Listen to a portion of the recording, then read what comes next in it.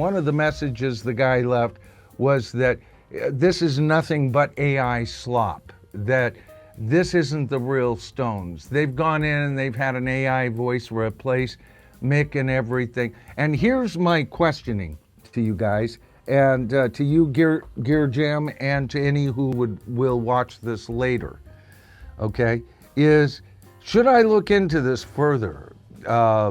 Because, you know, a lot of people are kind of coming out of the, you know, left corner, coming up saying, you know what, this is AI. This is AI. They've accused the McCartney album of being that. And there's been one or two people who have accused Deep Purple of doing the same thing. And like I said on the stream, I haven't heard too much from the Yes camp. But then again, some of these guys are younger musicians and replacement musicians, and so maybe that's why people are more trusting. But I'm starting to smell something here, and the reason I'm even doing this is me just questioning how I understand things. And one of the things that I have noticed, the latest interviews by Mick Jagger and Keith Richards, is they are now talking about AI. And I'm wondering if they are talking about AI because this constant dribble of a certain amount of people on the internet right now who say this is not real. You can hear it. It's not really Mick. There's no way Mick would sound this good at this stage of his career and everything else. And like I said on the stream, Mick and Keith quite a bit have been saying a lot of things against AI, saying you can use and be creative with it and you can do good. He's almost backing it up until he says, until the singer or whatever. And I'm sitting here wondering if they are not, because you got to understand, I talked about Rick Beato complaining about not being able to get Mick Jagger or Keith Richards or Paul McCartney on his channel. Sounded a bit whiny to me, okay? It really did. I like Rick Beato. I've learned a lot off his channel over the years. I watched his channel before I ever even decided to do a YouTube channel. And when I did decide to do one, it wasn't to do anything to do with rock and roll, even though I watched his channel all the time. I opened up as a different type of channel to begin with. Then I realized, well, my real strength is rock and roll. I'm a musician. I'm a rock fan from way back. I've had huge collections of both vinyl and CD and have been an advocate of digital listening on my devices for the last 10, 15 years. One of the things that I'm wondering about is, and then he criticized, Keith goes over and talks to Rolling Stone magazine, or Mick goes over and talks to Rolling Stone magazine. I know these guys as agents. I've asked them to be on the show. They said, yeah, we'll try and get that. And it never happens. And so he's feeling left out, the poor guy. They are choosing to be interviewed by like mainstream media. There is no doubt about it.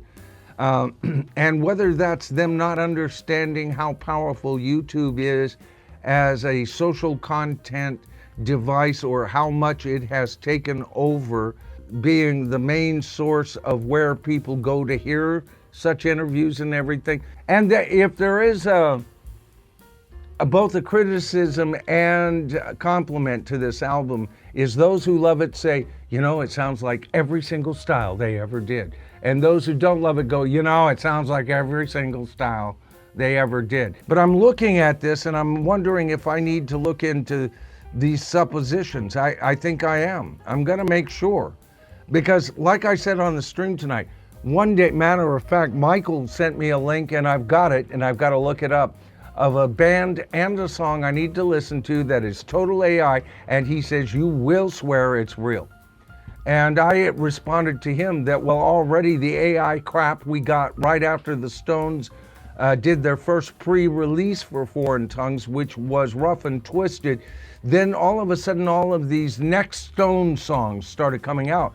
They were damn good. Somebody's going to get caught in this. I'm in no doubt that I will eventually get fooled by AI. So I'm going to be looking into this. I want to see if there's any reason whatsoever to believe that, especially this is my launch point. Yes, Aurora, Deep Purple's Splat, Paul McCartney's The Boys of Dungeon Lane, and the Rolling Stones' Foreign Tongues. I don't hear the AI. But I gotta tell you, Mick Jagger has never freaking sounded so good. How does that happen? Now, like I said, so far all I've heard is every trick in the book to make him sound better. And I know those tricks. I'm an engineer. I've done my own multi-track recordings for my own music. I know what to listen for, I think, unless I've already been taken in by Grandmaster AI.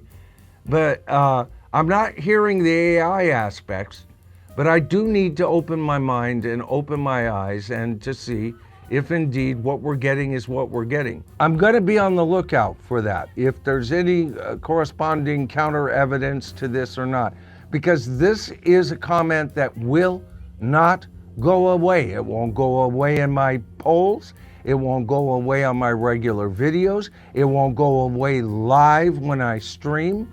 And it won't go away even here. Those who question the legitimacy of what I'm reporting on, this claim of AI. And I've done my fair share of preaching against AI.